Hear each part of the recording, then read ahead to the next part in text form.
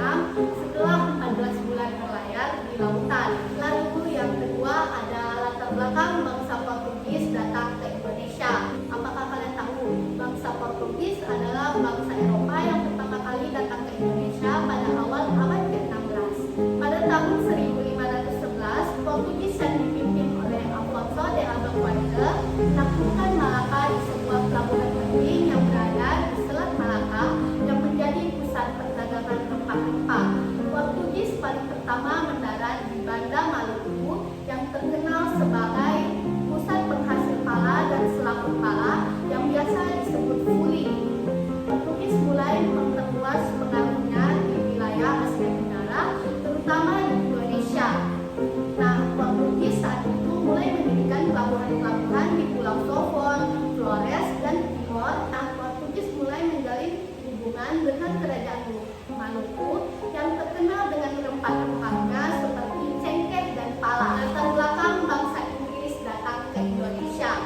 Setelah mengetahui bangsa Portugis dan Spanyol datang ke Indonesia, Inggris yang mengetahui hal tersebut langsung ikut melakukan penjelajahan samudera pada tahun 1579 dengan pimpinan oleh Francis Drake mengikuti jalur Magellan. Berikut adalah percakapan antara bangsa Belanda dan warga lokal yang tiba di pelabuhan pada saat itu. Siapa kalian dan dari mana datangnya? Kami dari Eropa. Perjalanan kami sangat panjang. Kami ingin membeli lada, pala, dan cengkeh. Sebagai gantinya, kami bisa menawarkan kain, senjata, atau perhiasan dari negeri kami.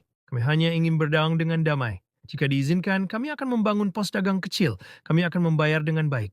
Saya akan bicara dengan pemimpin kami dulu. Tapi ingat, kami tidak suka penjajah. Kami hanya butuh teman dagang, bukan tuan baru. Berikut adalah percakapan Portugis dan warga lokal pada saat Portugis datang ke pelabuhan di Indonesia. Kami dari Portugis. Kami ingin berdagang rempah-rempah. Rempah banyak di sini. Kalian datang untuk berdagang atau menjajah? Kami datang dengan damai. Kami ingin membeli pala dan cengkeh. Baik, tapi jangan ganggu tanah kami. Kita hanya berdagang.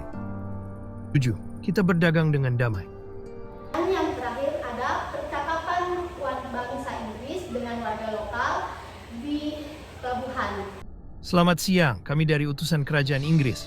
Kami datang dengan niat baik untuk menjalin hubungan dagang. Selamat datang di tanah kami. Apa yang menjadi tujuan utama kedatangan Anda?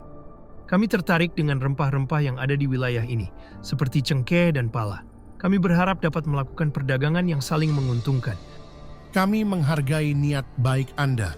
Namun, segala bentuk kerjasama harus dibicarakan terlebih dahulu dengan para tetua dan raja kami. Tentunya kami menghormati adat dan keputusan yang berlaku di negeri ini. Kami bersedia menunggu dan mengikuti prosedur yang ada.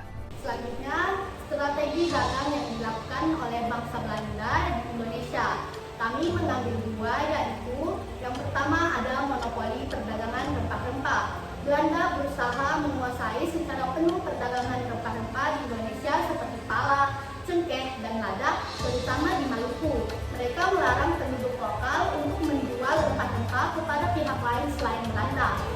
Nah, VOC itu dibentuk pada tahun 1602 sebagai perusahaan dagang yang diberi kekuasaan negara seperti itu. Yang pertama ada membuat perjanjian, yang kedua mendirikan benteng, dan yang ketiga mengangkat tentara, dan yang terakhir memungut pajak. VOC menjadi alat utama Belanda untuk mengontrol perdagangan dan politik di Indonesia. Selanjutnya, strategi dagang Portugis yang dilakukan di Indonesia. Kami mengambil dua juga. Yang pertama ada menguasai jalur laut dan pelabuhan strategis. Portugis fokus menguasai jalur perdagangan laut utama dan pelabuhan penting seperti di Laut Malaka, Ternate, dan Timor. Dengan menguasai pelabuhan, mereka bisa mengendalikan lalu lintas dagang rempah-rempah. Ada penyebaran agama Katolik. Strategi dagang mereka sering dibarengi dengan misi penyebaran agama Katolik. Hubungan dagang kadang diperkuat lewat misi keagamaan sebagai bentuk kerjasama rohani dengan masyarakat lokal. Selanjutnya ada strategi dagang yang dilakukan Inggris di Indonesia. Yang pertama ada membangun pos dagang di wilayah yang strategis.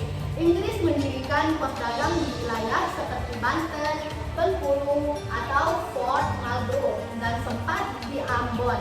Mereka memilih lokasi yang belum terlalu dikuasai Belanda agar tidak terjadi konflik langsung. Yang kedua, ada aliansi dengan penguasa lokal. Inggris menjalin kerjasama dan perjanjian dagang dengan penguasa-penguasa lokal untuk mendapatkan akses terhadap rempah-rempah dan hasil bumi lainnya sambil menghindari konflik terbuka dengan VOC. Sekian presentasi dari saya. Apabila ada yang kurang dan salah kata, mohon dimaafkan. Sekian, wassalamualaikum warahmatullahi wabarakatuh.